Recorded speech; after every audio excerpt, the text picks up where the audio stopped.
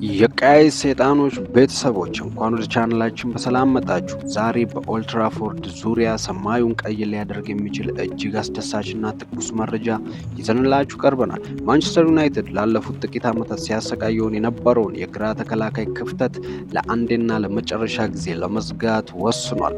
ማይክል ካሪክ እና ዩናይትድ ቦርድ አባላት የአውሮፓ እግር ኳስ አይን የሳበውን ወጣት ኮከብ ለማምጣት የመጨረሻውን ታሪካዊ እርምጃ ጀምሯል። ተጫዋቹ ሌላ ማንም ሳይሆን የኒውካስትሉ የ21 ዓመቱ ድንቅ ተከላካይ ሉዊስ ሆል ነው።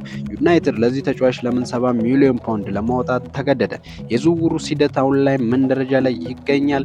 ሙሉ መረጃውንና የታክቲክ ትንታኔውን አብረን እናያለን። ቪዲዮን ላይክ በማድረግ ቻናላችንን ሰብስክራይብ አድርጉ እያለን የዩናይትድ ቤተሰብ ይሁኑ።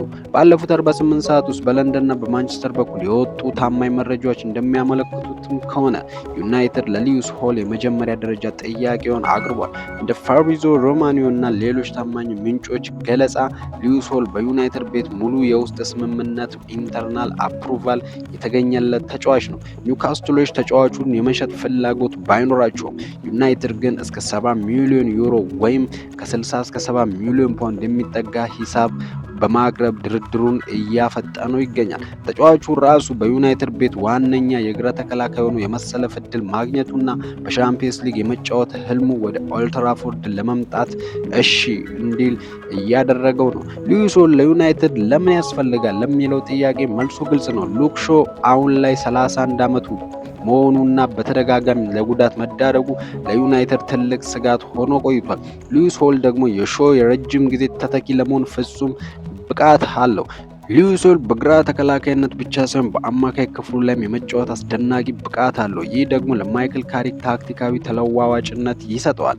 ተጫዋቹ ኳስን በድፍረት ወደ ፊት የማሽከርከር ትክክለኛ የሆኑ ክሮሶችን የማቅረብና ሰብሮ የመግባት ችሎታው እጅግ ከፍተኛ ነው። ባለፈው የውድድር ዘመን በኒውካስትል ቤት በነበረው ቆይታ 7.24 አማካኝ ሬቲንግ በማግኘት ድንቅ ብቃቱን አስመስክሯል። ገና የ21 ዓመት ወጣት በመሆኑም ዩናይትድ ይህንን ዝውውር ከፈጸመ ለሚቀጥሉት 10 ዓመታት በዚህ ቦታ አስተማማኝ ተጫዋች ያገኛል። በአጭሩ የሉዊስ ሆል ዝውውር ለዩናይትድ የቅንጦት ሳይሆን የህልውናው ጥያቄ ነው። የግራ መስመራችንን ጥንካሬ ወደ ነበረበት ለመመለስ ሆል ትክክለኛው ሰው ነው።